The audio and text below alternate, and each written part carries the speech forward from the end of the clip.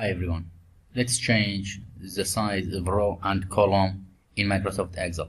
For example, if I want to change the row height, just click this row and drag it. You see its height is changed. Also for column, and you can see the size also.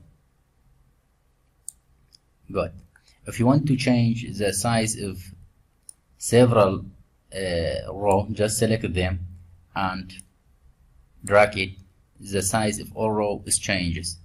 For column also, for example, you select these cells, just change its width. Directly the width of all columns change. If you want to change the entire worksheet size, just select this one.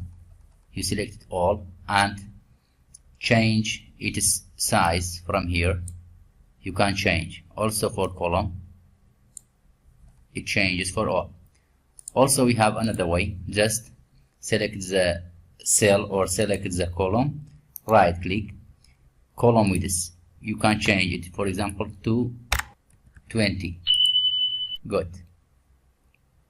Also for row, select this one, right click, row height, change it to 40, for example. Good. We have another technique also. Select this row and from format,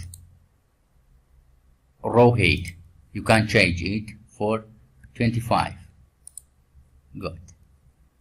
Also for column, format, column width, let be 30.